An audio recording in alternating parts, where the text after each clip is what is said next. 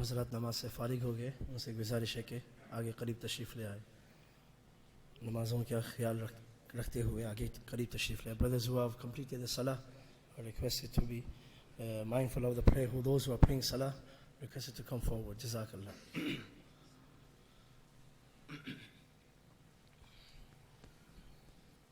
जो हज़रत माज़ूर नहीं है उनसे भी गुजारिश है कि दीवार से अगर ज़रूरत नहीं है दीवार की टेक लगाने की तो उनसे गुजारिश है कि आगे करीब तशरीफ़ ले आए. Brothers are requested to come close and come forward. Jazakallah. Bismillahirrahmanirrahim. Nahmadu wa nusalli ala rasulihil kareem amma ba'd. Respected brothers and elders, alhamdulillah, we are grateful for Allah subhanahu wa ta'ala. We thank Allah subhanahu wa ta'ala that He has given us a tawfiq to sit down and make this fikr.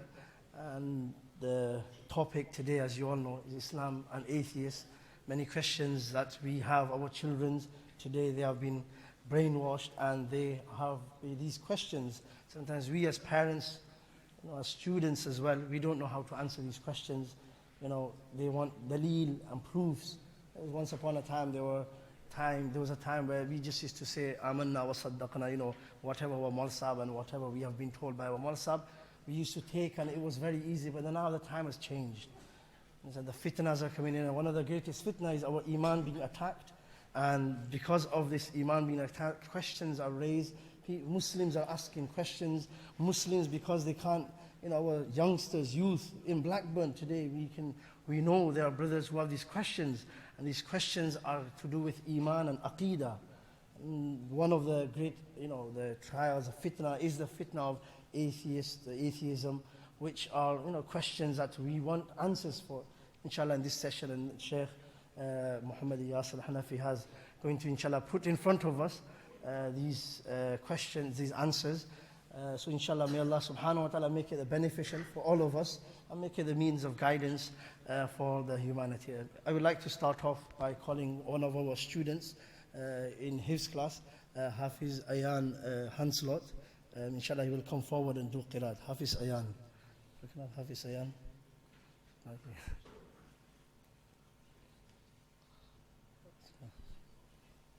Maybe he's not here. So inshallah, Mr. Tamim, if you can come and do some qiraat. Tamim. Inshallah, we'll just get Hafiz Tamim to do some qiraat, inshallah.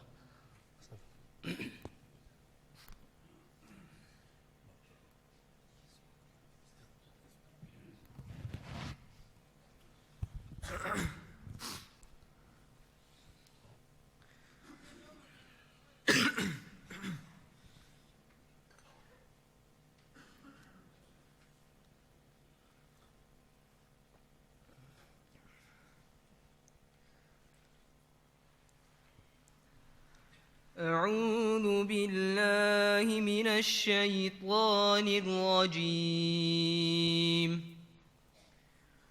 بسم الله الرحمن الرحيم. يا أيها الذين آمنوا اتقوا الله ولتنظر نفس ما قدمت لغد واتقوا الله إن الله خبير بما تعملون. ولا تكونوا كالذين نسوا الله فأنساهم أنفسهم أولئك هم الفاسقون. لا يستوي أصحاب النار وأصحاب الجنة أصحاب الجنة هم الفائزون.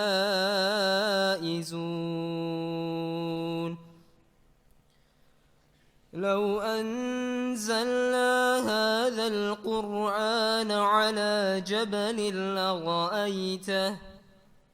لرأيته خاشعا متصدئا من خشية الله. وتلك الأمثال نضربها للناس لعلهم يتفكرون. هو الله الذي لا إله إلا هو عالم الغيب والشهادة هو الرحمن الرحيم. هو الله الذي لا إله إلا هو الملك القدوس السلام المؤمن المهيمن عزيز الجبار المتكبر سبحان الله عما يشركون. هو الله الخالق البارئ المصور له الأسماء الحسنى يسبح له ما في السماوات والأرض وهو العزيز الحكيم. صدق الله العظيم. MashaAllah, Jazakallah. I would just like, because Sheikh, the student has come up, Ayan, so inshallah he will just read something mukhtasar, something small as well, inshallah.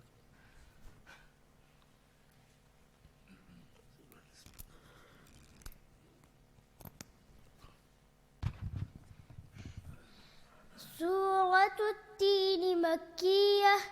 أعوذ بالله من الشيطان الرجيم. بسم الله الرحمن الرحيم.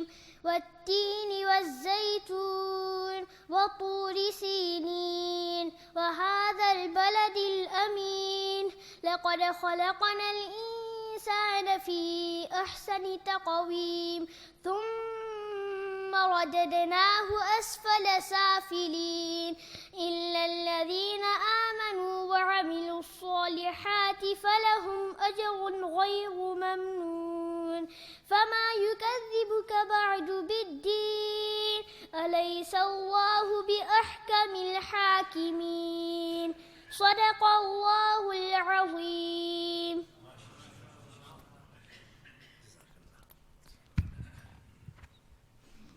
Ayan Hanslot, he's one of our students who's just started Hifz in September, and he's just done the Amma Para, just going through the foundation where he's doing the Tajweed. May Allah subhanahu wa ta'ala make him Hafidh al-Quran and make all of us Amil al-Quran. Now inshallah we're moving on to our program, our respected guest Sheikh Yasir Muhammad al-Hanafi. Those who don't know him, so I would just like to briefly introduce him. Sheikh Yasir, first of all, he's my friend and he's my classmate. Who studied in Dewsbury, he studied 10 years Hifz class, and he studied in Dewsbury Markaz where he finished off his studies, Alim class. And whereas he was in Darul Uloom, whereas he was a madrasa, I remember, mashallah, Shaykh was always interested in Aqidah, Sharia Aqaid al-Nasafi, those ulama, scholars who know, one of the hard kitabs. Shaykh, even in his Talib Ilm Zamana in madrasa, whilst he was studying, he wrote a Shara in Arabic. He was always interested in Aqidah. And after he graduated, he was doing Imamat in Bradford, where his parents are living. So he studied Imamat for a few years. And then there was a need in Aylesbury. Aylesbury is near London. Now Sheikh has moved there and he does Imamat, and is the Imam of a masjid, Masjid al-Nur in Aylesbury. Alhamdulillah, he has accepted the invitation. Sheikh, after graduation, he's always been giving courses on Aqaid. You can find his videos on YouTube, and especially on Aqidah. Shaykh, like I said, he's always been interested in Aqidah. He specializes in this Aqidah. That he went on to study Aqidah as well in Turkey and other places by other scholars. Shaykh also has got BA and Masters in Psychology. So Alhamdulillah, we are very grateful to have Shaykh here. He's even wrote kitabs, a few kitabs on the Hanafi fiqh of the, through hadith of every single salah from the beginning to the end. published recently. Alhamdulillah, we have Shaykh, even inshallah at the end after the session, we can ask questions. We will have a question and answer time that will be given to all of us. So any questions that we have, anything that we don't understand, even in this session inshallah, hopefully, or even after, you can benefit from Shaykh, inshallah, he will be with us. So I would like to inshallah, Shaykh request him to enlighten us with his words of wisdom and remove all of our doubts inshallah, hopefully, on Islam and atheism. Jazakallah.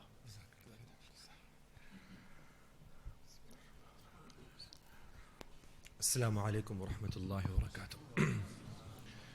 Before I begin, as your guest, I would politely request the brothers to slightly come close. Those brothers who have an exception, whether they have back problems or any other illness, they are exempted. But those brothers, mashallah, who are able, and Allah subhanahu wa ta'ala has given them the ni'mah and blessing of siha and health, I humbly request that you come forward, not because I want to impose this on you, but it just makes things easy for me. And I want this discourse and session to be more of a two-way dialogue, inshallah. And it's not just me speaking. So for that, I need brothers to come slightly closer, inshallah. Jazakumullah khairan. And the second thing, make dua, inshallah. What Mufti Sahib mentioned about me, may Allah make me 1/10 of that at least, inshallah. That was very husn zan ka haq ada kar diya. Bismillahir Rahmanir Rahim. الحمد لله العلي الواحد العالم الفرد الغني الماجد وأفضل الصلاة والتسليم على النبي المصطفى الكريم وآله وصحبه الأطهار لا سيما رفيقه في الغار. أما بعد، فقد قال الله تبارك وتعالى في القرآن المجيد والفرقان الحميد بعد أعوذ بالله من الشيطان الرجيم بسم الله الرحمن الرحيم إن في خلق السماوات والأرض واختلاف الليل والنهار لآيات لأولي الألباب الذين يذكرون الله قياما وقعودا وعلى جنوبهم ويتفكرون في خلق السماوات والأرض ربنا ما خلقت هذا باطلا سبحانك فقنا عذاب النار. وقال تبارك وتعالى أفحسبتم أنما خلقناكم عبثا وأنكم إلينا لا ترجعون. وقال جل وعلا أم خلقوا من غير شيء أم هم الخالقون أم خلقوا السماوات والأرض بل لا يوقنون. وقال النبي صلى الله عليه وسلم كل مولود يولد على الفطرة فأبواه يهودانه أو ينصرانه أو يمجسانه أو كما قال صلى الله عليه وسلم. My dear respected brothers, elders, honorable ulama, imagine a hypothetical scenario. And the hypothetical scenario is that you have woken up from eternal sleep. You've always been asleep. And your first point of memory and consciousness is you waking up inside this moving plane. Has everybody imagined this? You're in business class, first class. You've got all the leg room. You've got all the food. You've got all the drinks. Every type, every genus of service is at your finger point. Every 5-10 minutes, you have the air host arriving, asking, sir, do you need anything? You say, no, thank you. You've got all the entertainment, the halal and the haram, right before you. This airline, let's give it a name, Emirates. I was going to say PIA, but then I just thought it's best if I don't. Now, you've got all the necessities and beyond. You've got the razzmatazz, you've got the luxury, you've got everything. You don't have to do anything, you don't even have to work. The only thing you have to do is consume the food, consume the drink, and answer the call to nature. And then sleep and then wake up. Not much is it to do. But you do have the answers to these three pivotal questions. Number one, You don't remember who put you on this plane. Number two, you don't know your maqsid and your objective of being on this plane. And number three, you don't know where your destination is. Now the question is, my dear friends, that this person, this human, who has all of the necessities and beyond, they do not have to work a single day of their life. They have all the food, all the drink, stupendous service every time, 24 hours of the day. But they don't have answers to these three thought-provoking questions. The question is, will this person be truly happy? What do you think? Why? He doesn't know his purpose.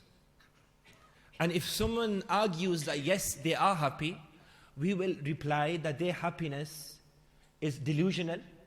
Once the novelty wears off of the excessive drink, food, and fulfilling their carnal desires, they will be forced and compelled to ask the question, what am I doing here?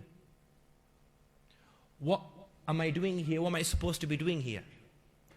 And until they don't receive the answers to these pivotal questions, they will never ever gain true happiness, even though they've got everything. This introduction that I'm making, my dear friends, is an introduction, an exemplification to understand the notion and the idea of why we need a religion. Why we need a religion. I'm just speaking about a religion per se, any religion. Why? Because this person inside this moving plane, he cannot see beyond the physical plane.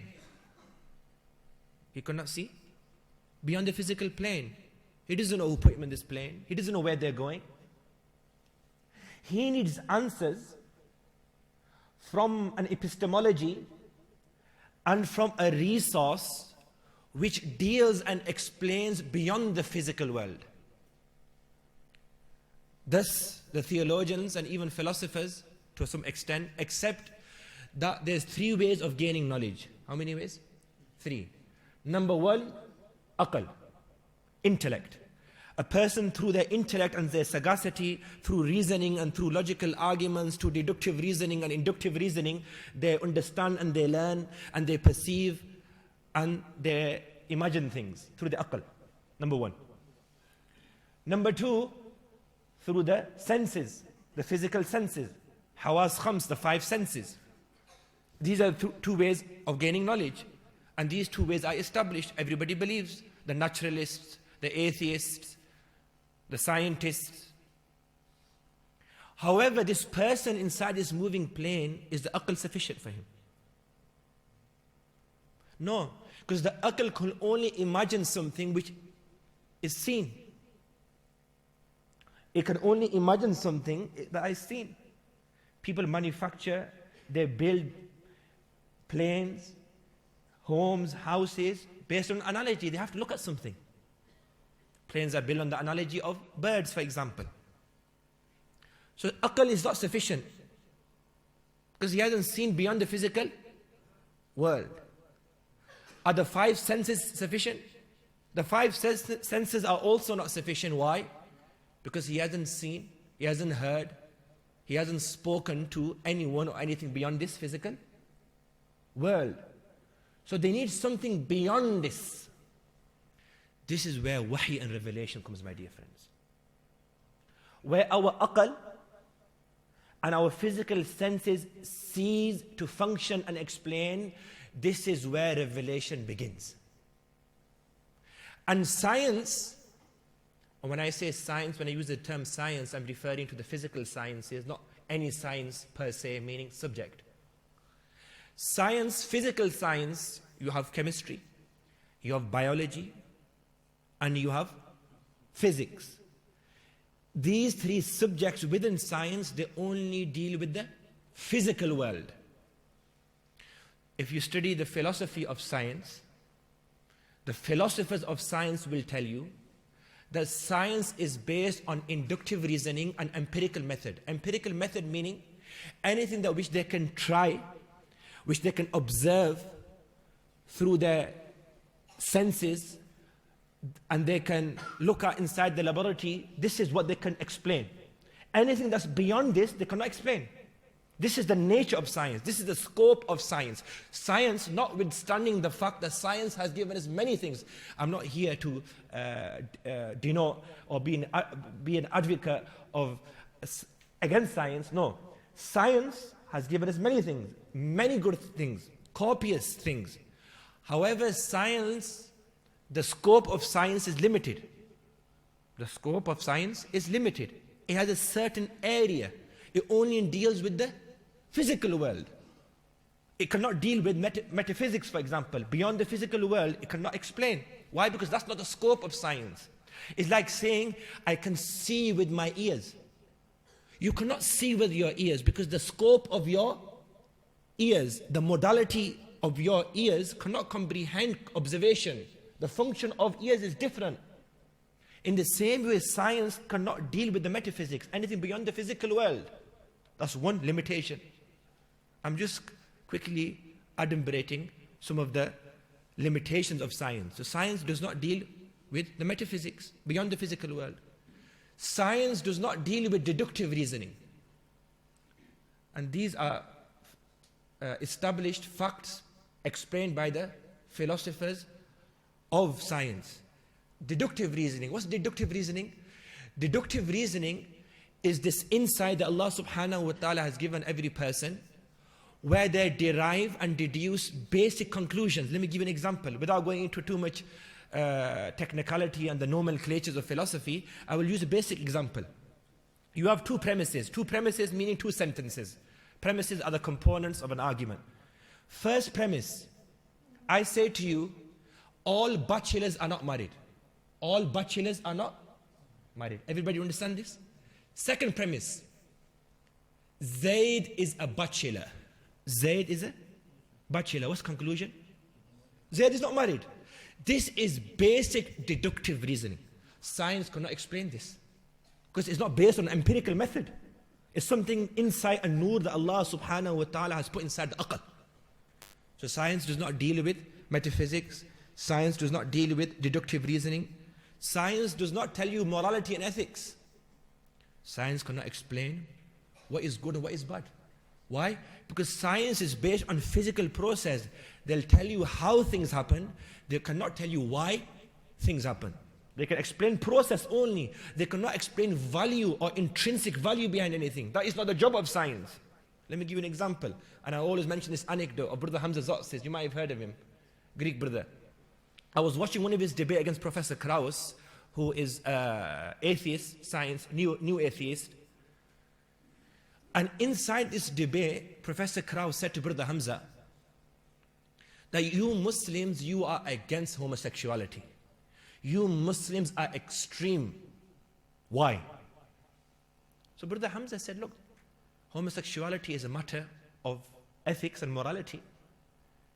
Can you please tell me, in science, na'udhu billah, if a brother and a sister had sexual relationships using contraception, and scientifically this is safe, meaning there is no danger of any illness, can you please answer, would you encourage this? Would you? Do you know what the professor said?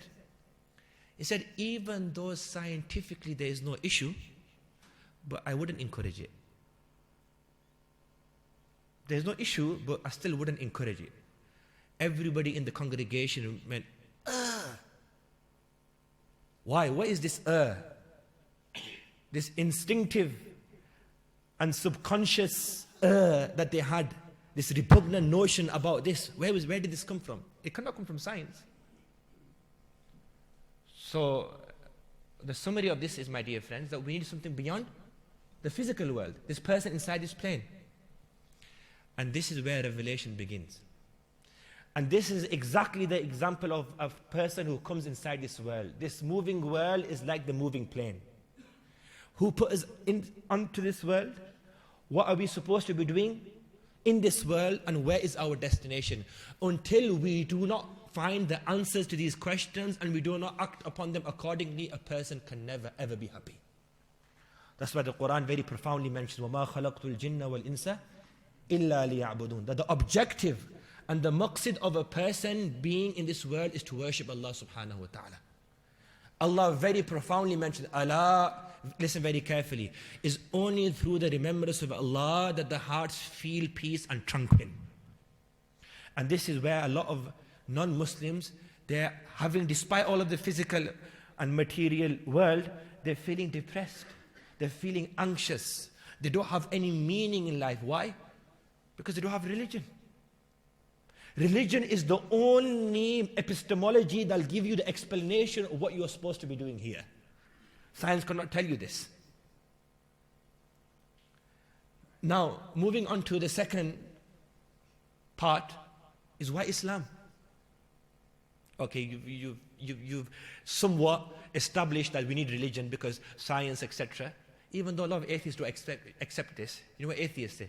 Atheists say that your question is valid, we need to know the purpose of our life, but don't fill in this gap by explaining God. They say eventually science will find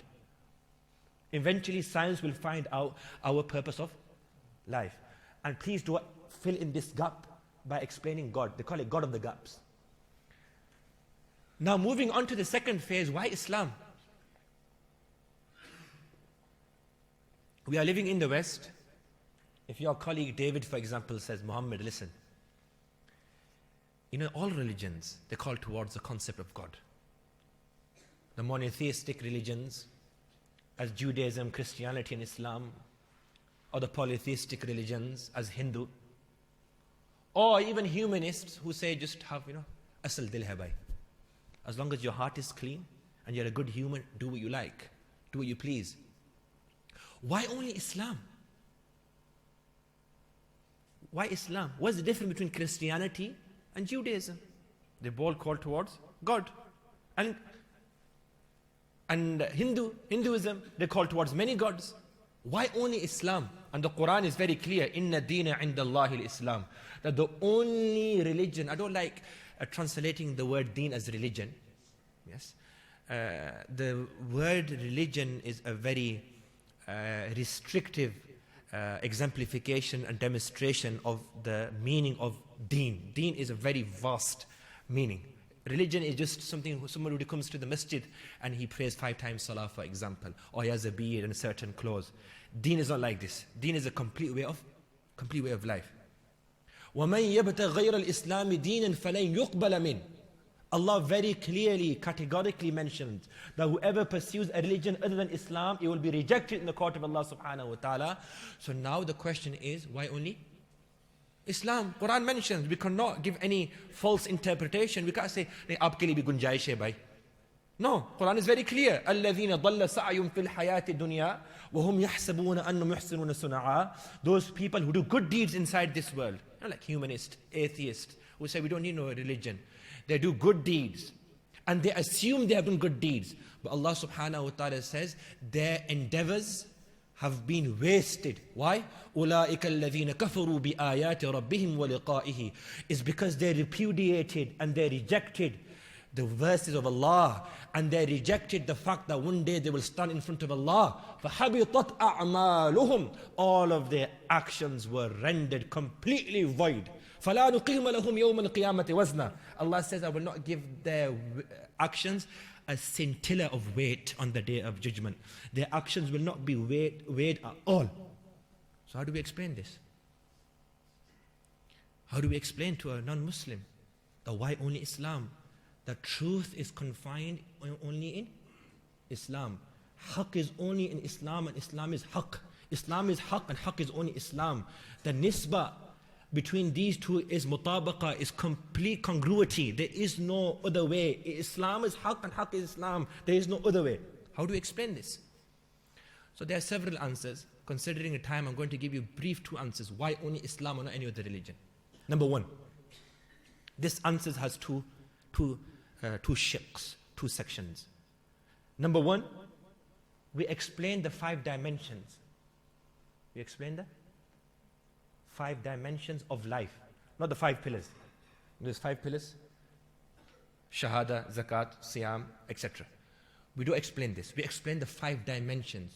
And what do I mean by 5 dimensions? Those 5 dimensions that each and every single human needs. Normally.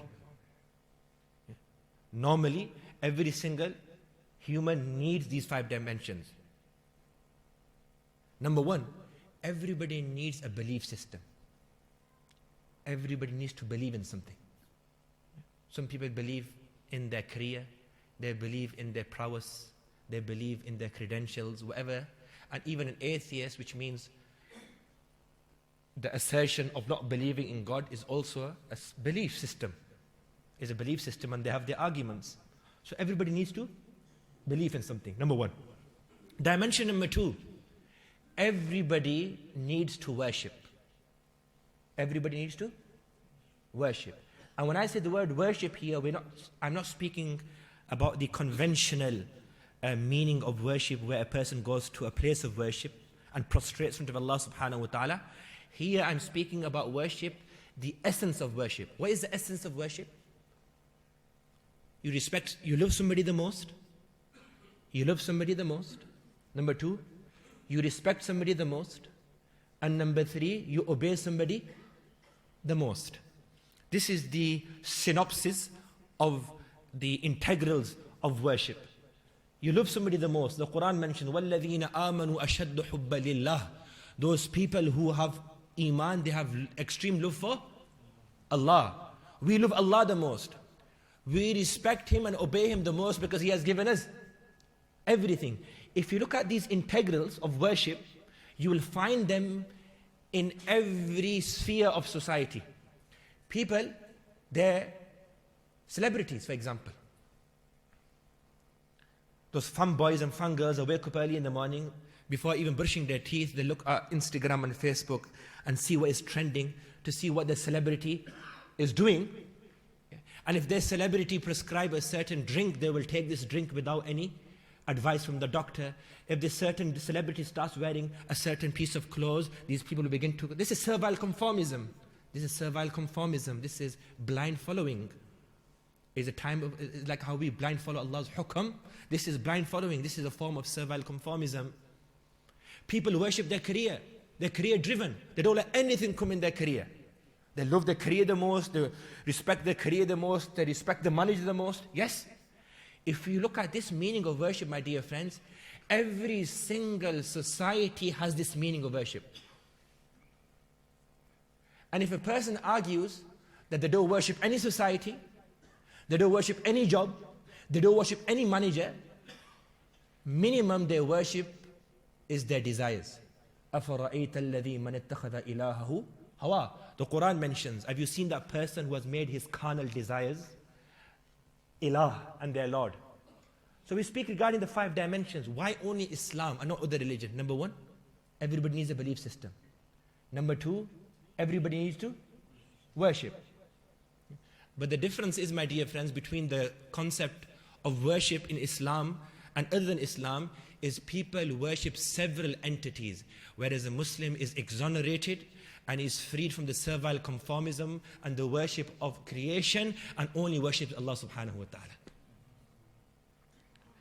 Number 3, everybody needs to do transactions. People buy, people sell, food, drink, house, car. Yes. Number 3, everybody needs a social life. People need to get married, they have children, they have friends, they have relatives, they need people to speak to. And if there is an isolated case where a person is living on their own, they don't have any family, they don't speak to anyone, what do psychologists say about this such person? He's mentally ill. Fifth dimension. Everybody accepts the principle that you need to be a good person. Ethics and morality. Cheating, lying, murder, bloodshed, and other actions are reprimanded and they are abhorrent in all societies. So these are 5 dimensions. Ulama have categorized these 5 dimensions by giving them name. What is the belief system? I'tiqad. What is the worship system? Ibadat. What is the social life system? Muamalat. What is the transaction system? Muamalat. What's the social life system? Muashara. And to be a good person, ethics and morality, akhlaq. So you say to this non-Muslim who asks why only Islam, you say to them, either you research and you pursue every other religion, and maybe you will exert your entire life in finding the truth, and maybe you might not even get this opportunity. Or you accept Islam from the onset, which gives you detailed answers for every single dimension of life. And wallahi, my dear friends, there is no other religion like this, that tells you every single modicum of life, what you're supposed to do. The Prophet ﷺ, the Sahaba, the Mushrikeen Makkah, they would actually throw jibes at the Sahaba, and they would taunt them that your Prophet even teaches you how to enter the toilet. Your Prophet even teaches you how to relieve yourself. And this is something to be proud of. Alhamdulillah, Islam has taught us every single aspect with detail. With detail. Imam Muhammad bin Hassan al-Shaybani rahmatullahi alayh, the student of Imam Abu Hanif rahimahullah and the ustad of Imam Shafi rahimahullah, Imam Shafi rahimahullah mentions regarding Imam Muhammad that when he would speak, he was so eloquent.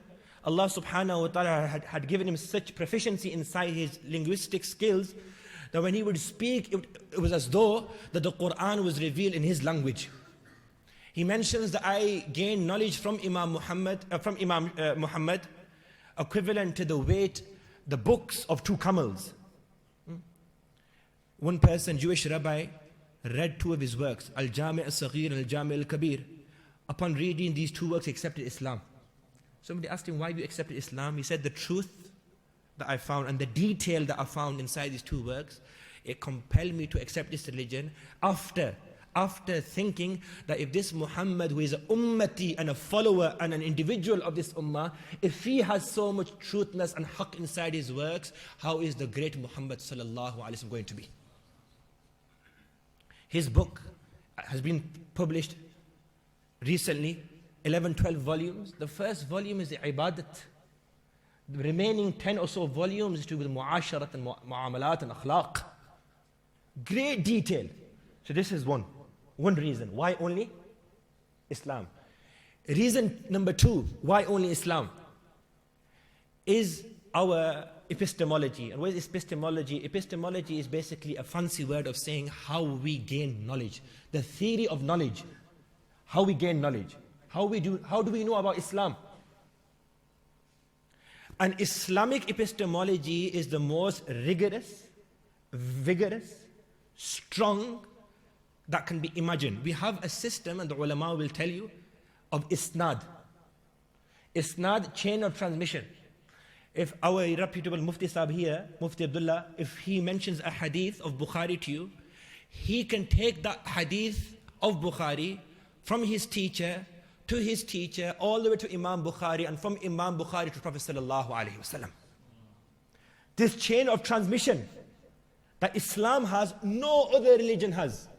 No other religion.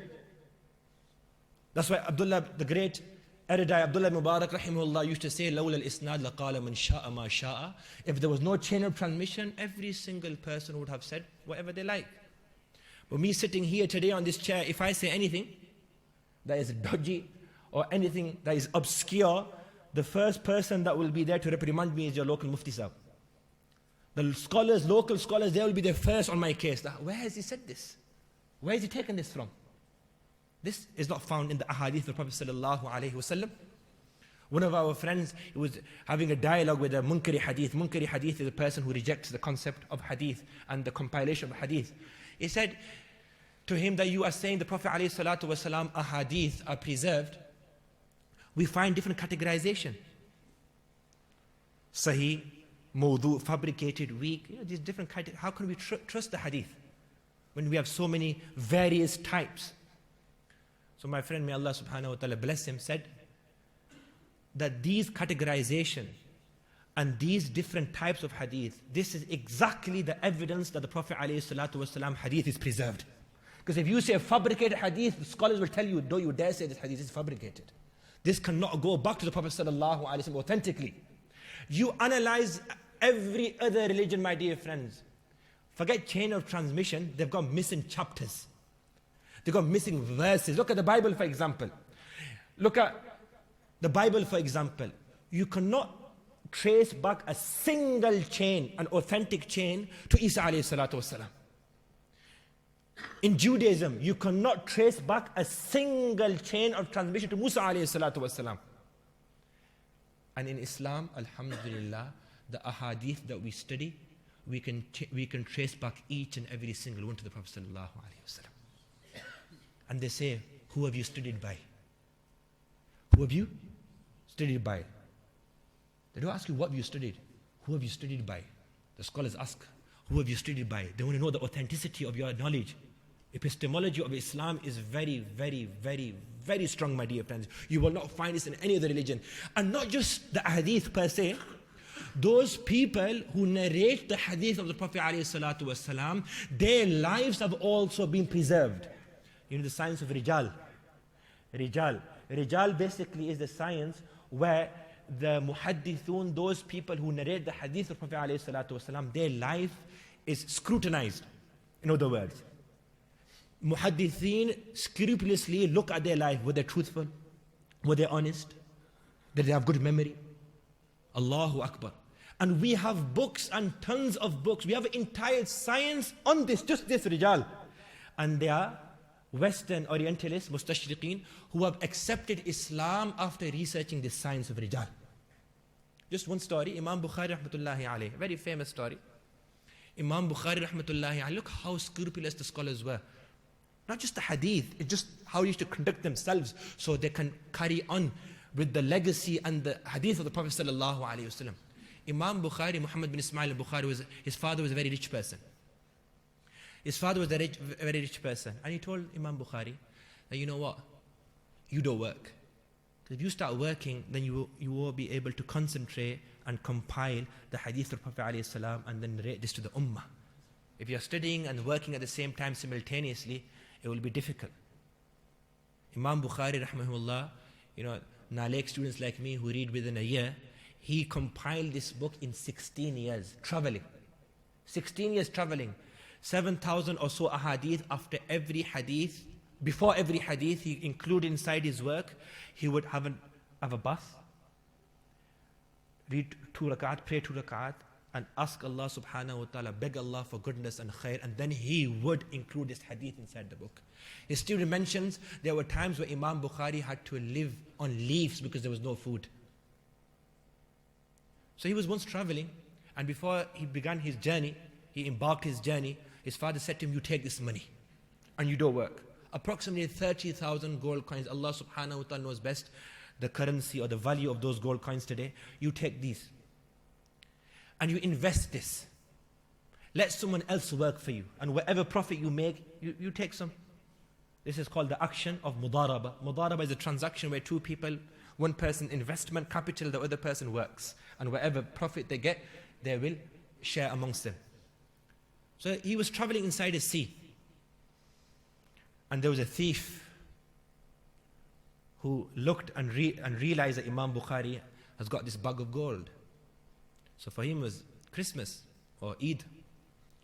He was well happy. So he started screaming and shouting, my gold coins, my gold coins. Somebody has taken my gold coins. Obviously he wanted the gold coins, but how did he take them? Now Imam Bukhari is watching this drama, that this person is accusing him of stealing.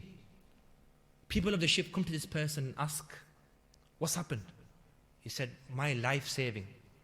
Gold coins, somebody's taken them. A full bag. I said, don't worry, we'll search.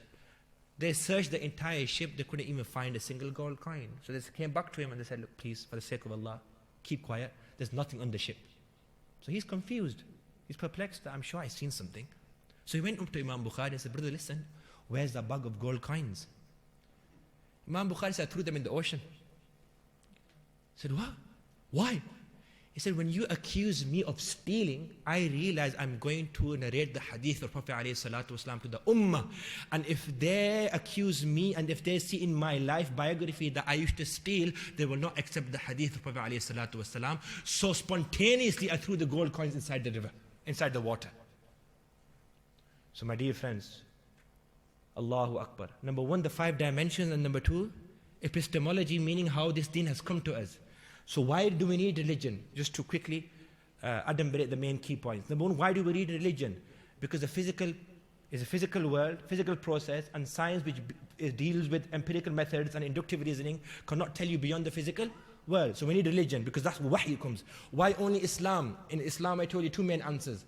Number 1, the 5 dimensions which every single person needs, and number 2, the way Islam has come to us. You will not find every other religion just a historical document. This happened some time ago. You cannot trace back anything. You cannot trace back anything. Now moving on to atheism. The word atheism, let's look at the semantics first. The word atheism. The word atheism, the letter or the particle A here is for negation. And theism means to believe in a God or gods. So simply put, atheism will mean not to believe in a God. But atheism, which is very interesting, even though atheism means something, most atheists today are not atheists. Most atheists today are not. The reason is this. Because atheism is an assertion. What is it? Is an assertion. They are asserting with confidence that there is no God. And when a person asserts something with confidence, the principle is that it usually means they have evidence. It usually means they have evidence. For example, if I say in 1945 the only country in history to use their atom bomb and nuclear bomb was America in Nagasaki and Hiroshima, August the 6th. I'm making this claim now. I said this. Now, for this claim, in order for me to make this claim, I must have some evidence. So when I make this claim, it is assumed automatically that I have evidence behind this claim. So in the same manner, when we say atheism, it means that this person does not believe in God because he has evidence to support this claim. Does this make sense? Now, if you speak to atheists, Allahu Alam, I haven't spoken to many, but the ones that I've spoken to, they will tell you that the reason we don't believe in God is because we haven't found evidence yet. We haven't found evidence yet. What does that mean? That means if evidence does come, then we will accept. So they're not atheists then. They're closet agnostics. They're confused. They're not sure yet.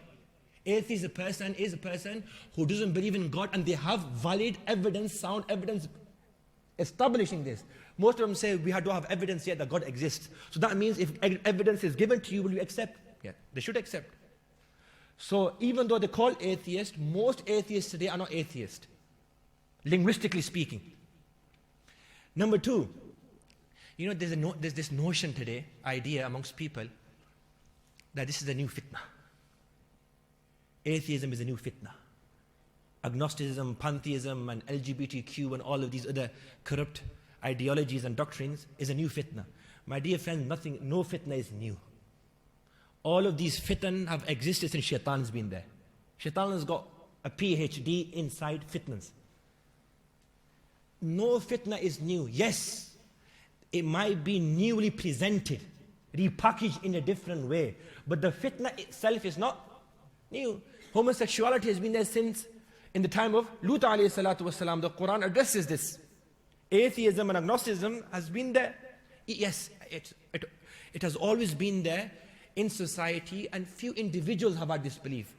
Generally speaking, in history, there has always been people who believe in God more. There has always been theists more than atheists. Only 2 or 3 individuals maybe in a society before the 19th century. So in Arabic, the word atheism usually is dahriya or ilhad. Dahriya or ilhad. You know lahad, the grave lahad. When you dig up a grave, it goes straight down, don't you? and then you dig a side pocket. When you dig this side pocket where you put the deceased, this grave is called lahad. So atheism is also referred to as lahad. The reason is because the normal method of putting a person into the grave is straight, but now it's slowly deviated from this straight path. So in the same way, atheism has deviated from the natural path, from the straight path. The Prophet ﷺ said, كُلُّ مَوْلُودٌ يُولَعُ الْفِطْرَةِ, that every single human, every single child is born upon the natural disposition. Down here, fitrah doesn't mean Islam per se. What it means is the natural disposition to accept the oneness of Allah subhanahu wa ta'ala. So now they've deviated from this. They've deviated from this natural cause. Why? Because the natural way of thinking is that if there's a creation, there must be a creator. If there's an effect, there must be a cause. This is the natural way. But like many atheists today, and if you've read, don't read this actually, I'm just quoting Richard Dawkins' God's Delusional. If you read this, and subhanallah, it's amazing that how Allah subhanahu wa ta'ala blinded the person, aql and intellect. He actually argues in there that everything came from nothing. Everything came from nothing. And his nothing is actually something.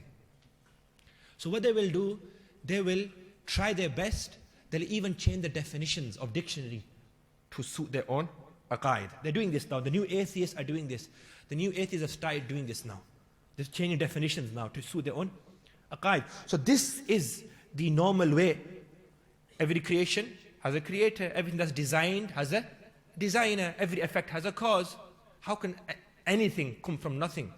Like Imam Fakhruddin Razi rahmatullahi alayhi mentioned, give them a slap and say it came from nothing. We'll see if they accept this. This might be a Pathan example. I use this because Imam Razi gives this very nice example. Give them a slap and see, and tell them it came from nothing. We'll see how many of them accept this. A slap is nothing compared to the entire universe. If you can accept the entire universe coming from nothing, slap is nothing. So atheism has always been there in individuals. In the 19th century, a British Parliament politician by the name of Charles Bradlaugh, he argued inside the House of Parliament to recognize atheism. Because even in the Europe, West, atheism was not recognized. People used to patronize atheism. They said, the guy, he's lost the plot. He doesn't believe in God. That's how the general attitude was. And the person who gave atheism a bit of an intellectual lift, if you can say, is David Hume. David Hume, as I say, many of the atheism today, atheists, their bap and their dad is David Hume. And a lot of our modern Muslims who reject the concept of miracles, they use a lot of his arguments. 18th century, he was agnostic, atheist, he was confused between the two. So 19th century, he argued in the House of Parliament to recognize atheism, like LGBTQ got recognized recently. In the same way, he failed. But in the late 19th century, beginning of 20th century, it became recognized. And then it was politicized and it became a political movement. Hence today, atheism has an intellectual sort of a seat at the table. People, they have intellectual arguments with atheism. But until then, it was not intellectually accepted between the philosophers and theologians. So this is atheism.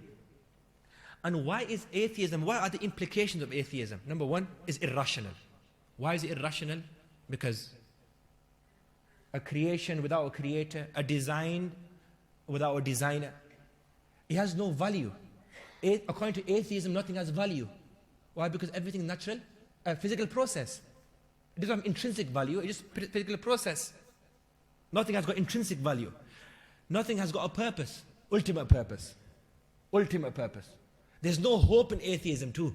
Why? Because there's no concept of akhirah. So for example, a person like Hitler, he'll get away with the millions of murders that he committed. Islam is not like this. Islam has got value, it gives you hope. And that's what the Quran mentioned, إِنَّهُ لَا يَئِسُ مِن رَوْحِ اللَّهِ إِلَّا الْقَوْمُ الْكَافِرُونَ. Only the disbelieving people, they only are despondent in the mercy of Allah subhanahu wa ta'ala. And Allah subhanahu wa ta'ala has, in the Quran, profoundly, mashallah, Allahu Akbar, has intellectually engaged with atheism. Atheism is not a new fitna. Allahu Akbar. And in philosophy, there are several arguments, teleological, ontological, cosmological, these are all jargons. But like Imam Ghazali rahmatullah alayhi mentions, that these arguments of philosophy and kalam is like a person who's a tabib. A mutakallim, a person who gives these arguments, a theologian, he's like a specialist doctor. He only prescribes medicine when there's a need. And the evidences from the Quran, they are like water. Medicine only is used sparingly when a person needs medicine, whereas water is used by everyone. So Allah subhanahu wa ta'ala in the Quran has given, and the verse which I recited in the beginning, أَمْ خُلِقُوا مِنْ غَيْرِ شَيْءٍ أَمْ هُمُ الْخَالِقُونَ أَمْ خَلَقُوا السَّمَاوَاتِ وَالْأَرْضَ بَلْ لَا يُوقِنُونَ. And I want the audience to please engage with me here. Allah's mentioned 4 scenarios here. 3 are explicit and the 4th one is implicit. And these 4 scenarios, subhanallah, if you ever discuss the creation, the creator of the world and the universe with an atheist, and you give this verse to them, you will be amazed that they don't have any answer. They will rather accept a contradicting scenario than accepting that there is Allah. What are the 4 scenarios? Number 1, Am khuliqu min ghayri shay. Allah asks in the Quran, and you can ask an atheist this question. Am khuliqu min ghayri shay. Did everything come from nothing? Did everything come from nothing? Scenario number 1. Am humul khaliqun. Scenario number 2, everything is a creator of itself. Everything is a creator of itself. Number 3, Am khalaqu samawati wal ard. Everything came from a created being. Meaning the people, they're the ones who created the heavens and the earth. Which means everything came from a created being. The old cliche of an atheist, that if God created everything, then who created God? This old cliche question of the atheist falls under this 3rd scenario. That everything was created by a created being. Scenario number 4 is not mentioned explicitly, but Allah says they don't have any yaqeen. It can't be any of these 3. If there can't be any of these 3, even if they still don't accept, it means they don't want to accept. What is the 4th scenario? And the only possible rational scenario is that everything came from a uncreated being. Everything came from a uncreated being. So what are the 4 scenarios? Everything came from nothing. Everything is a creator of itself. Everything came from a created being. And number 4, everything was created by an uncreated being. Okay, I want the audience to slightly engage, inshallah, so you don't sleep. Number 1, everything came from nothing. Everything came from nothing. Why is this absurd? Why is this nonsensical? Okay, let me mention, in philosophy there's a term, it's called a reductio ad absurdum. Reductio ad absurdum basically means that it leads to a conclusion which is contradicting. Your mind cannot perceive it happening. It just can't happen. Your mind can't even perceive it. You can't even imagine it happening. This is a clear reductio ad absurdum or contradiction. Let me give you an example. If I say to you, the people in Bradford are more than the people in Blackburn. And at the same time, I assert that the people in Blackburn are more than the people in Bradford. So, do you understand this? This is called a rational impossibility. A rational impossibility. Your rationale cannot happen. How can you have more people in Blackburn and more people in Bradford at the same time? You cannot even imagine this. So these first 3 scenarios, they're all like this. All of these first 3 scenarios, they're all rational impossibilities. Okay? So number 1, everything came from nothing. Why is this rationally impossible? It contradicts itself. Yes. Why? Very simply put, try to remember this. Nothing by definition cannot give you anything, never mind everything.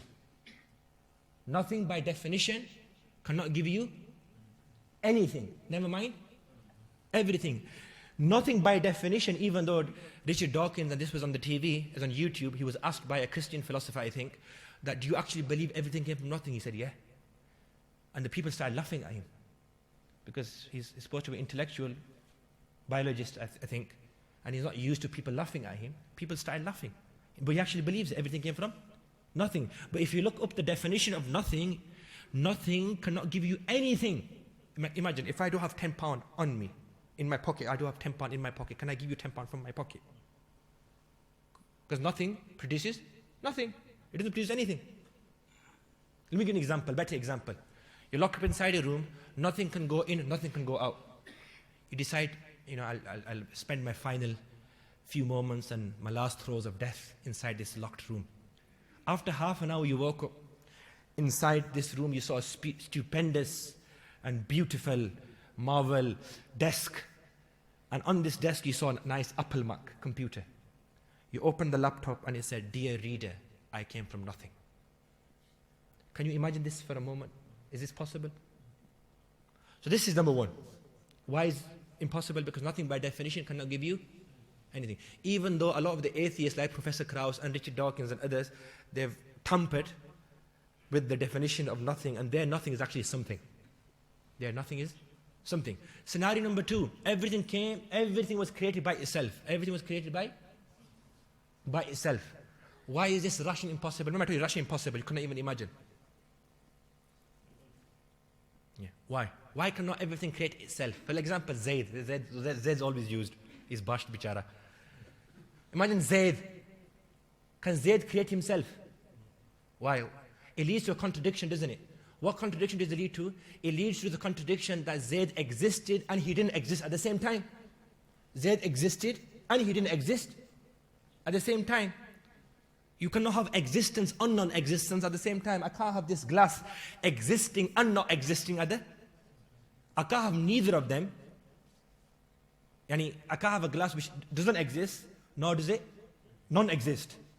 Yeah? Nor can I have an existing and a non-existing glass. So if Zayd created himself, that means before he created himself, he existed in order to create himself. But if he existed in order to create himself, then why is he creating himself? He already existed. This might be a crude example, but it's like saying to someone, can your mother give birth to herself? Can your mother give birth to herself? So do you see what happens to your cognitive process? It goes bonkers, doesn't it? Why? Because this is a rational impossibility, number two. Number three, everything was created by a created being. This is the famous question of the atheist, that if God created everything, then who created?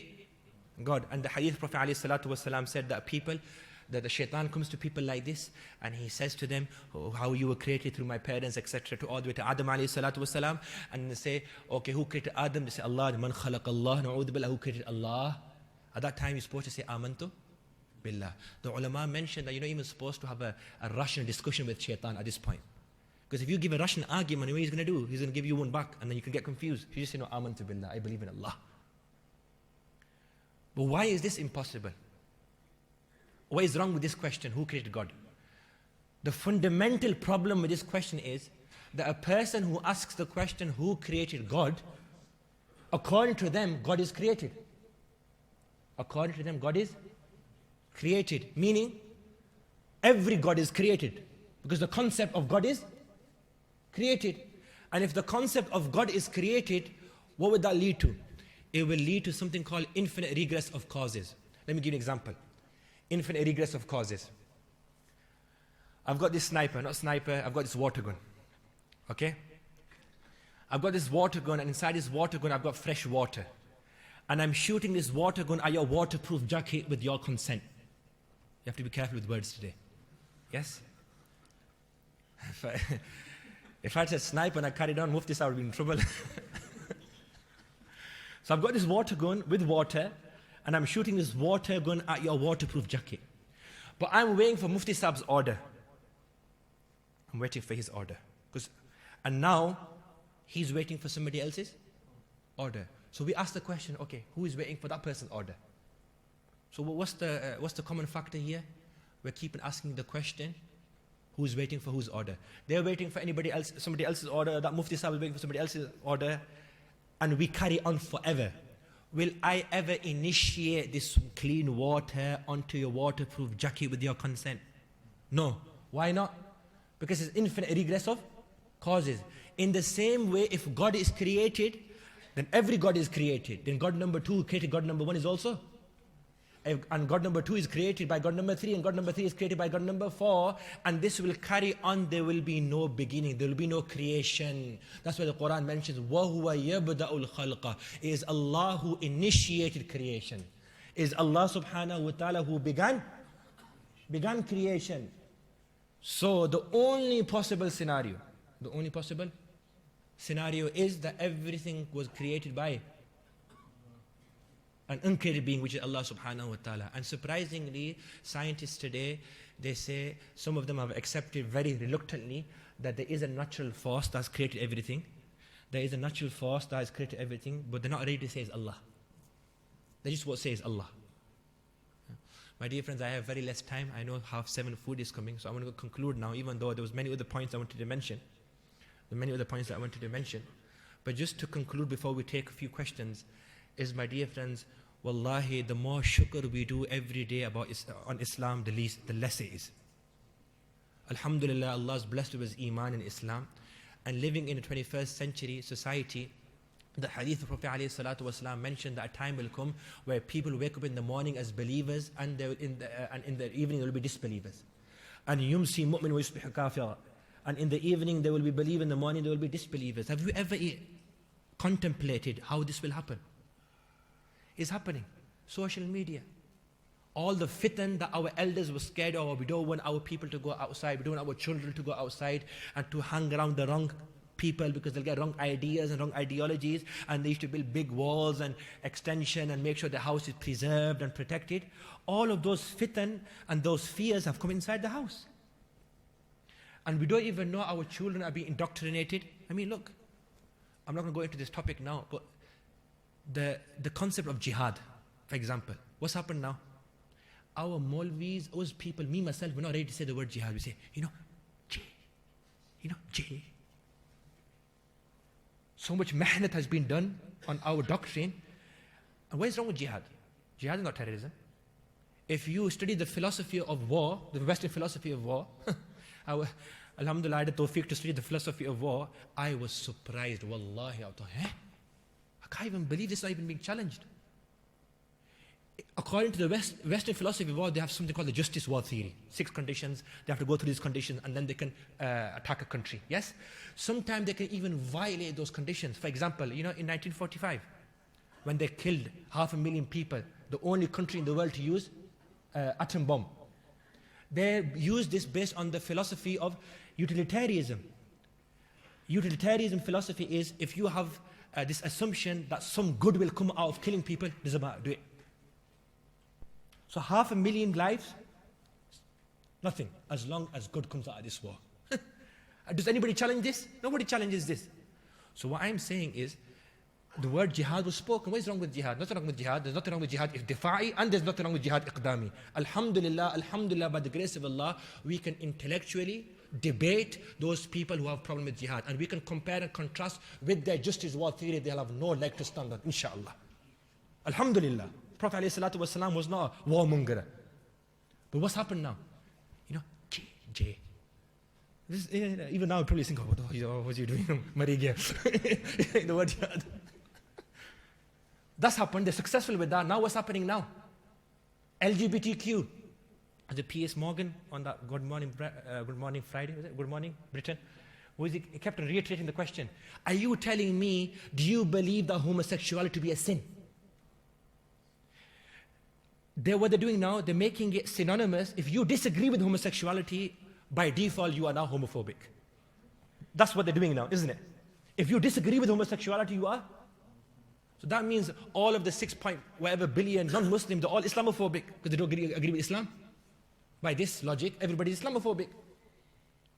So they're doing that. Wallahi, I fear a time might come where our youngsters will be scared to say that homosexuality is a sin. Because of the fear.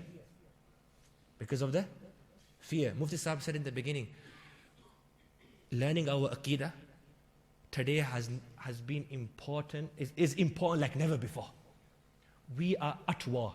And when I mean here, I'm not trying to scare you. We are at war of ideologies, creed, our Iman. People in Sham, if they lose their life, alhamdulillah, they've had Iman and they're going to Jannah. Down here, people are not losing their lives, they're losing their iman. And if they lose their iman, they can have a life of 100 years. If they die with this kufr, they're going to go to Jahannam. But we're more worried about the people of Sham. We should be. We should shed tears for them. What I'm saying is that we've got a bigger problem here. But how many of us? Our children, and there's so many. One research I was reading, Allahu Alam how true it is, but in America, 21 to 25% youngsters have left the faith, irtidad. A lot of them don't openly announce this because they fear of backlash from their communities, parents, family, etc. They might get abandoned and boycotted, etc. But this is happening. So my dear friends, what I want to mention is that first, alhamdulillah, you've got a nice environment here. Not every masjid has this. Environment is a pivotal factor in saving us from irtidad. You know, a lot of the problems that these atheists have or any other person is not intellectual. You've seen how absurd it is. Everything came from nothing. It's a load of bakwas. It doesn't even make sense. But because the environment is a big factor. And the other thing is sometimes it's emotional. You know, a person who's rebelled and who's against the deen, you know, he has this nafrat from all the Maulvis and all this and this, you know, I hear all these Maulvis and I hear all this. You get youngsters like this. What they usually need is a nice hug, good hug. Ask them how they are and take them from some tea or some food. It's not always intellectual. Intellectual is probably in 10, 15%. Most of it is psychological and most of it because of environment. So my dear friends, we need to make fikr and worry and concern for the youngsters. Have courses, stick with our ulama. Any questions that we have, come and ask our ulama. Alhamdulillah, we are resting on the giants, on the shoulders of giants.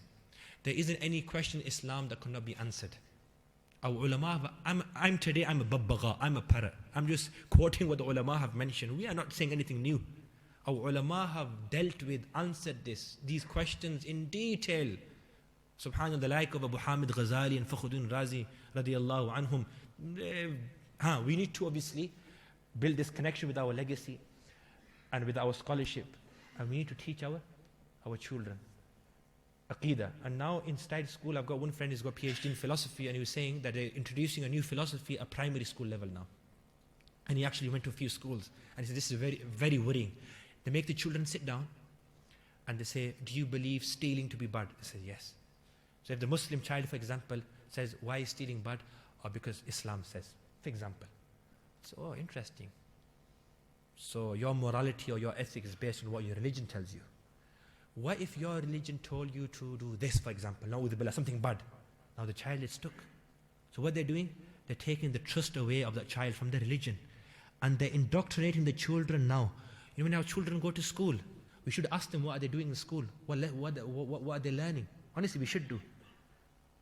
And then we need to compensate that time that they spend in school in our masjid. We only have, 2 hours maktab?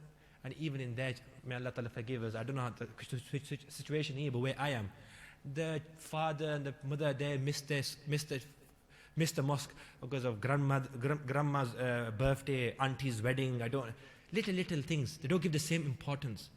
Until we don't give the same importance to Deeni Ta'aleem, to religious education, like we do to the dunya of education. Nobody is saying that don't pursue the dunya. Nobody is saying this.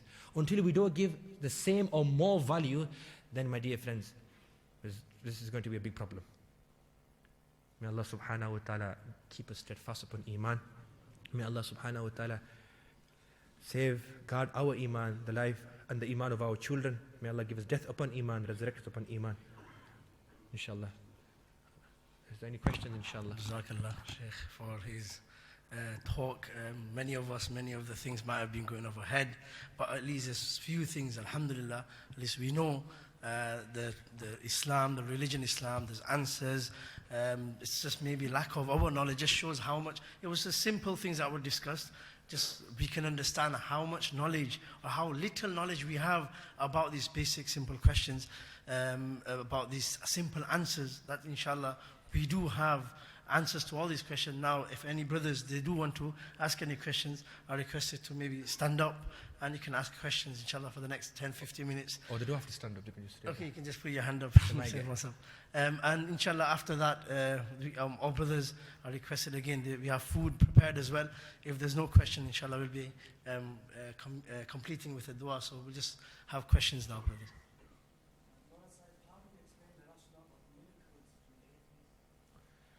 how do we explain the rationality of miracles to an atheist?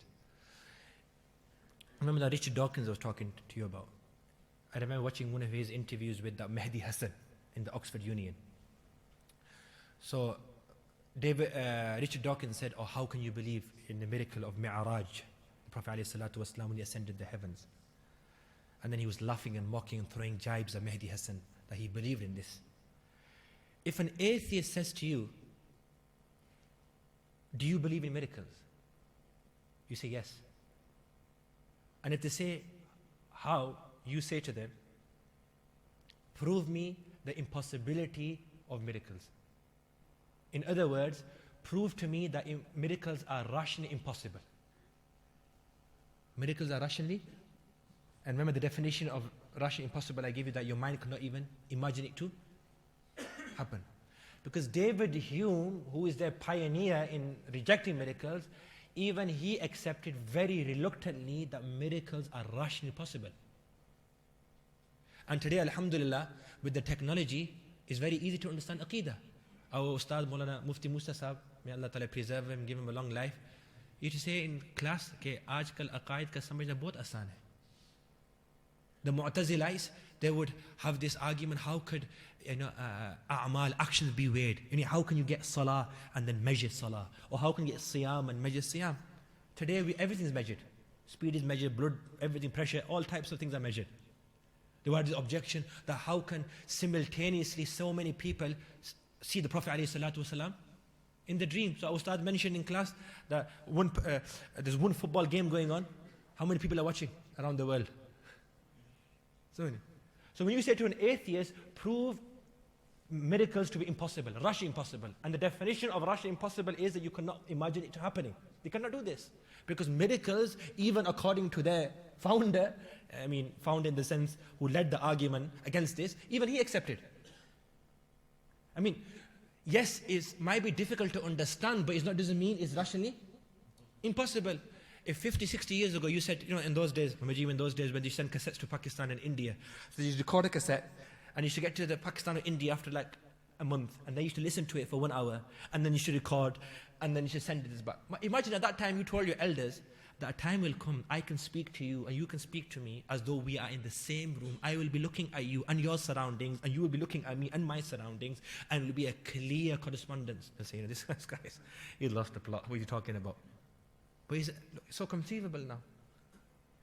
Once they've accepted that miracles are possible, that's it now. You don't have to argue further. It's possible, bas, ho gaya. It's possible, isn't it? That's it. That's enough. That's enough. And they believe in the biggest miracle. That everything came from nothing. First prove this miracle first. First prove this miracle that everything came from nothing. Ji. So this is the line of argument, Allahu Alam, that I would take. Is you widen the scope of possibilities. Yes, brother.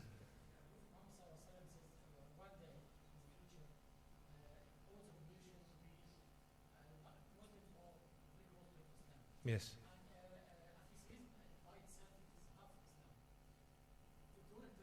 Sorry, what is half of Islam, my dear friend?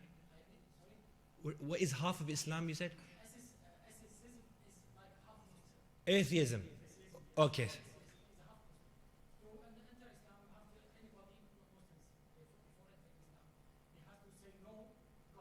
Yes. Yes. Yes.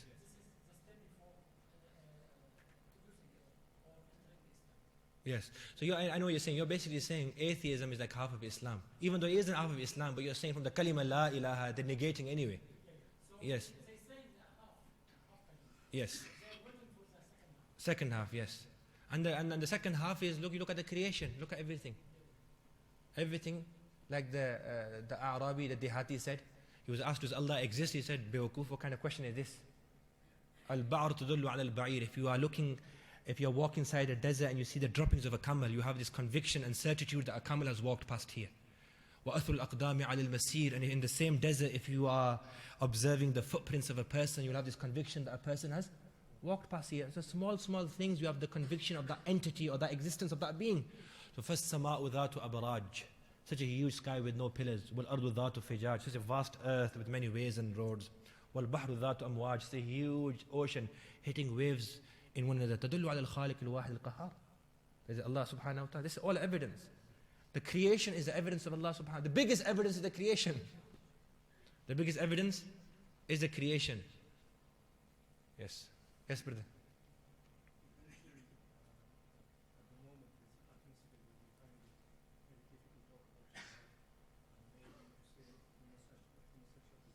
Yes.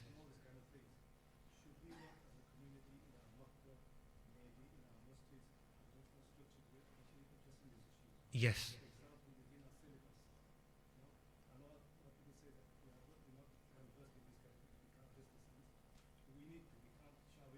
Exactly.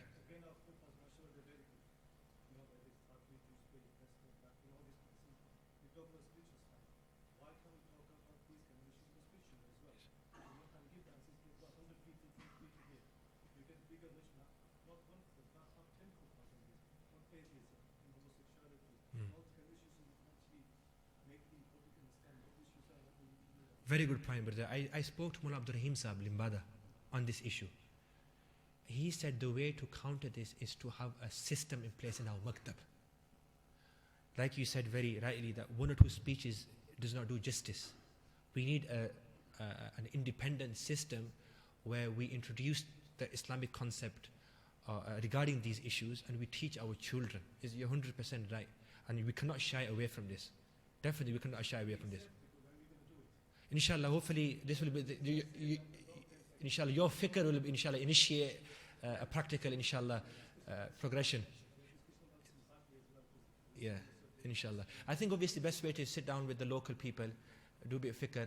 Mashallah, build big masjids like this. I mean, this, if you can do this, then a few courses and a system inside the masjid, inshallah, is not a problem, inshallah. You've got the people, we just need the networking, inshallah.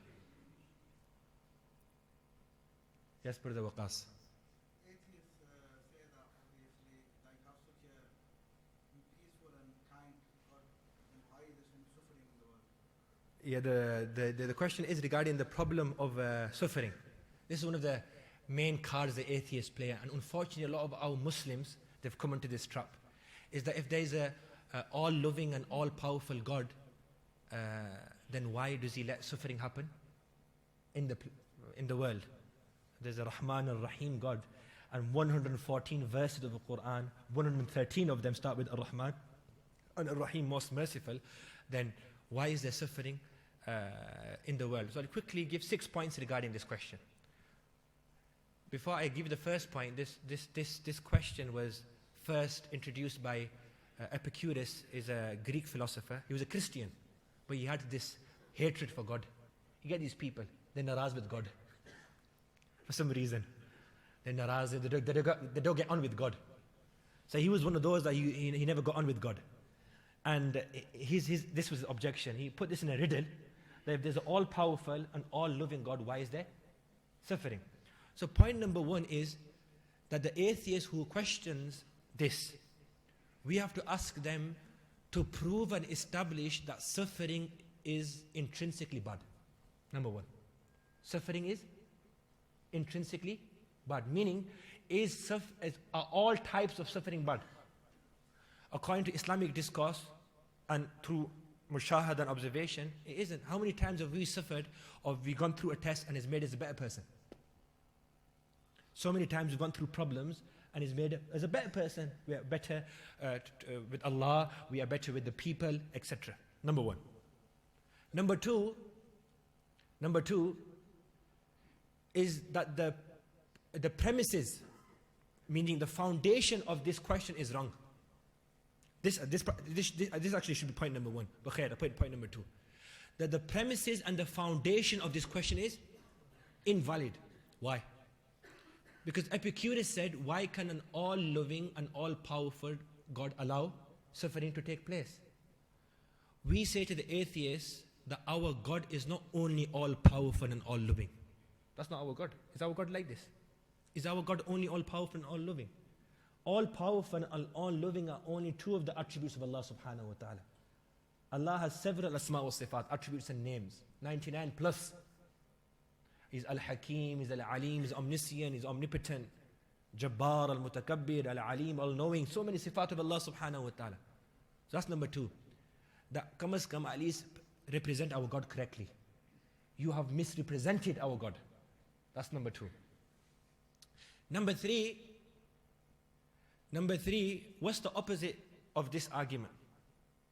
Meaning, if God has to get rid of all the problems and suffering, what's the opposite notion? The opposite notion is that there can be only good in the world. There can only be good. And the opposite notion necessitates that there is no free will. Because if there is only good in the world, will there be free will? There will be no free will. People will not have the free will to murder. They will not have free will to steal. And we are seeing this clearly, that people are stealing and people are committing crime. So this itself is evidence that the question is wrong, because there's free will. Because if there was only good in the world, then nobody will have free will to do bad. So it's against the concept of free will. This question is against the concept of free will. Number 4, this also implies that God is majboor. He is forced to only create good. Yeah. And if God could only create good, He cannot allow any suffering and problems. I mean, are we in charge of God? Is God under our authority? Na'udhu billah. Is fa'alu lima yurid. Allah does what He wishes. So that's number 4. So number 1, the premises are wrong. Number 2, not every type of suffering is intrinsically bad. Number 3, this also necessitates the negation of free will. It also, number 4, it necessitates that God is majboor. And number 5, 6-point chain number, and then the tashkil. Number 5 is the Quran and Sunnah has explained the reason for suffering. The Quran and Sunnah has explained the reason for suffering. ظهر الفساد في البر والبحر بما كسبت أيدي الناس. Allah has mentioned that the corruption and suffering that we witness and observe on earth and the sea is because of our actions. It's because of our bad actions. Sometimes it's because Allah subhanahu wa ta'ala wants to test a person.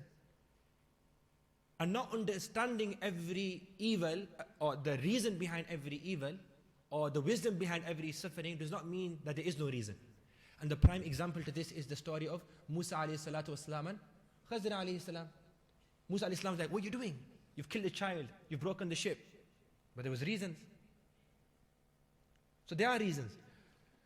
So the atheist will say, all right, basically you're saying that you just trust Allah subhanahu wa ta'ala. We say, yeah, just trust Allah. If you don't understand the wisdom behind every suffering, you just trust Allah, because Allah is Al-Hakim. They will say, well, that's a cop-out. That's a cop-out, that's an easy way out. And we'll say, no, it's not a cop-out. It's not easy way out. We are telling you something that you should do and that you already do every day. Meaning, who are we trusting here? Allah subhanahu wa ta'ala. We are placing our trust in a higher authority. Atheists, they do that on a daily basis. They do that on a daily basis. They trust a higher authority. They go to a doctor. The doctor says that you've got this illness. Without even checking the scan and the x-ray, they take the medication. They don't know any wisdom of medicine, but servile conformists, blind follow the medicine. At 30,000 feet high, an atheist is sitting inside a moving plane who has debated against Allah and His Rasul all his life. The pilot makes an announcement that the plane will go down in a few moments. Sit down. He'll sit down, quickly put his belt on. Yes? And remember Allah. He's doing all this, even though he doesn't know anything about turbulence. He doesn't know anything about piloting. Who is he following? Who is he trusting? The pilot. The difference is that atheists, they trust the creation and we trust Allah subhanahu wa ta'ala. They trust creation and we trust Allah subhanahu wa ta'ala. And the other implication of this question is that if a person wants to know the wisdom behind every suffering, this is a tacit claim that they want to be God. If atheists wants to know the reason behind a 5-year-old child, why is they dying? What have they done? So they want to know the reason behind every suffering. So what does that mean? That means they want to be God, because there's only one entity, one being that knows the reason behind everything. Who is that? Allah. So the atheist, we apologize, sorry man, you can't become God. Because intellect of a human is finite, is limited. We cannot understand the wisdom behind every suffering.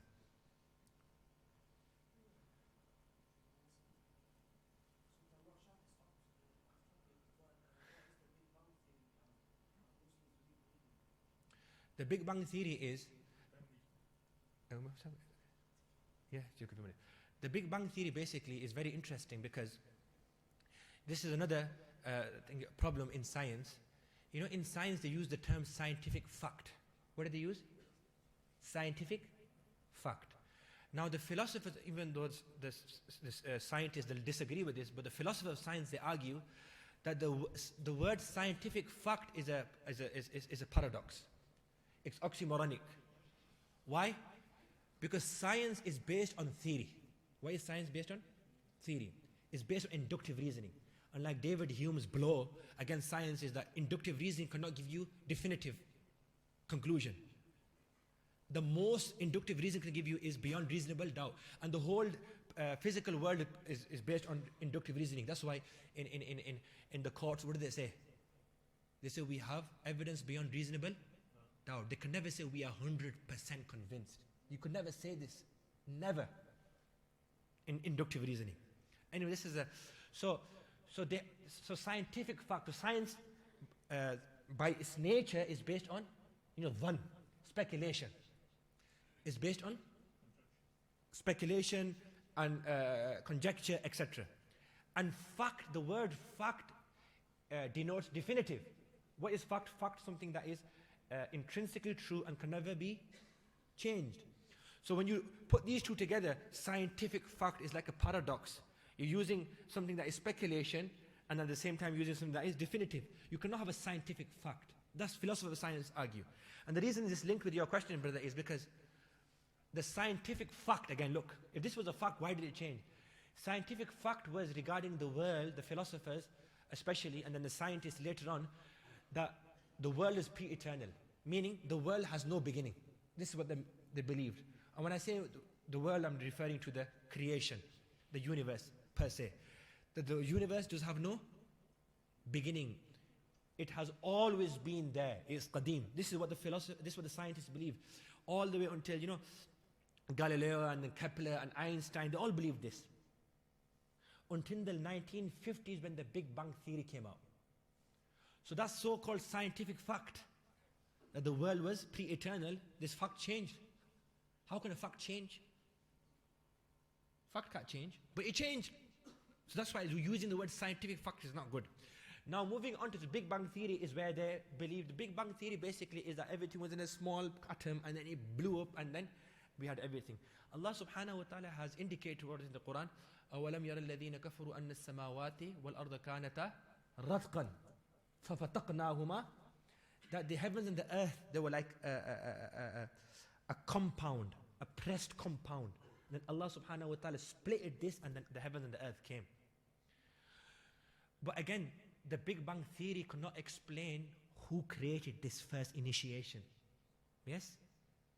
So, I'm not sure of the details of that, but the general concept is in the Quran that everything was a compound matter, and then Allah subhanahu wa ta'ala explored it, meaning He sort of divided this, or He sort of dissected this component, and then it went to the heavens and the earth. But then obviously Allah subhanahu wa ta'ala made everything with His irada, with His will, that the heavens is like this, the earth is like this, the sun is like this. This is one of the sifat and qualities of Allah subhanahu wa ta'ala. A general explored does not give you precision. When you blow up a bomb, does it give you a precision and punctuality and orbit and no, nothing. So obviously there was a designer, a purposeful designer behind this who did this.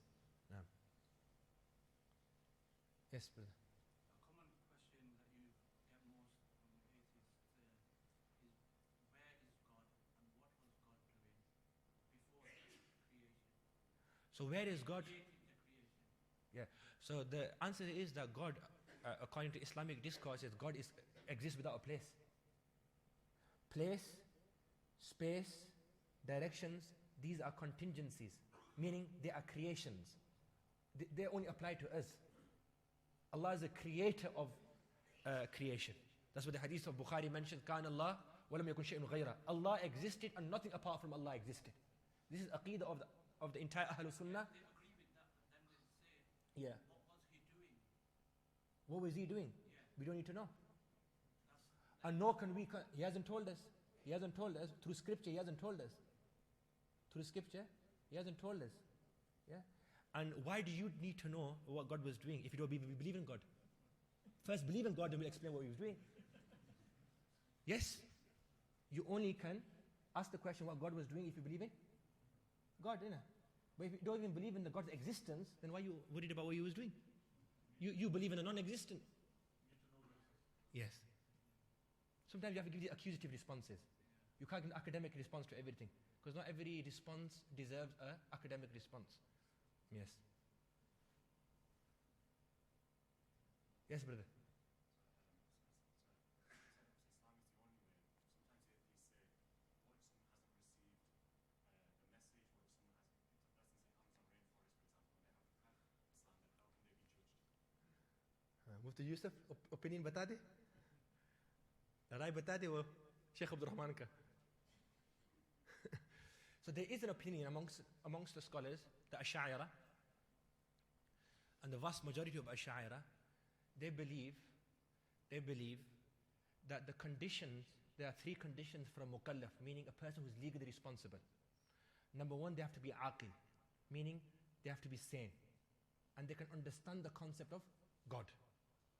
Number two, they have to be baligh, they have to reach the age of puberty. And number three, da'wah has to reach them in the correct form. Therefore, if da'wah has not reached them, they are not mukallaf, meaning they are not legally responsible, thus they will not enter the fire of Jahannam. And they have Quranic verses to back up this. And in there they also say that the da'wah has to reach them in the correct form, not in the distorted version. For example, and one of the contemporary scholars, Sheikh Fuda, he's written quite extensively on this. For example, in the West we have people, their entire conception about God, Islam for example, is 9/11 and then ISIS. 9/11 and? That's all they know. Their first tasawwur, their initial imagination or understanding of Islam is based on these two notions, for example. 9/11 and ISIS. And they're not aware of Islam. They actually believe sincerely that this is Islam. Therefore, they refrained or stopped pursuing, and the actual message was not given to them. So even that person will go to Jahannam. So this is a valid opinion amongst the theologians, even though it's not widely discussed. And because sometimes, obviously, we grew up with that, Sare ghair Muslim Jahannam mein jayenge. We have this, don't we, idea. Sare ghair Muslim Jahannam mein jayenge. So we know every ghair Muslim, every kafir is ghair Muslim, but not every ghair Muslim is kafir. Every kafir is a ghair Muslim, non-Muslim, but not every non-Muslim is a kafir. So this is one opinion, and it's a valid opinion. It's not like an isolated. Also, the natural inference from that last point you made then is that us as Muslims have that natural responsibility to make sure that the correct version and the correct message of Islam is reached to every four corners of the world, and that's a personal responsibility. It is, yes. وَلْتَكُمْ مِنْكُمْ أُمَّةٌ يَدْعُونَ لِلْخَيْرِ. The Quran mentions the question against the scholars have discussed, that why can't this person then go out and then pursue the religion? But do we make him legally responsible that there's 20 different religions, now go find out which is the truth? Or do we give them the truth? So obviously delivering the message, the true message, is a responsibility to the ummah. There's no doubt about this. Jazakumullah khairan. Allah Ta'ala bless you guys. You've sat here for a long time and you've listened to this guy here. MashaAllah. You know, that's very kind of you guys. MashaAllah. Allah Ta'ala bless you. Yeah, Sharif Qawm hai, you know, MashaAllah. They just ask Sharif questions, no debating, no throwing anything at me, Alhamdulillah. So MashaAllah.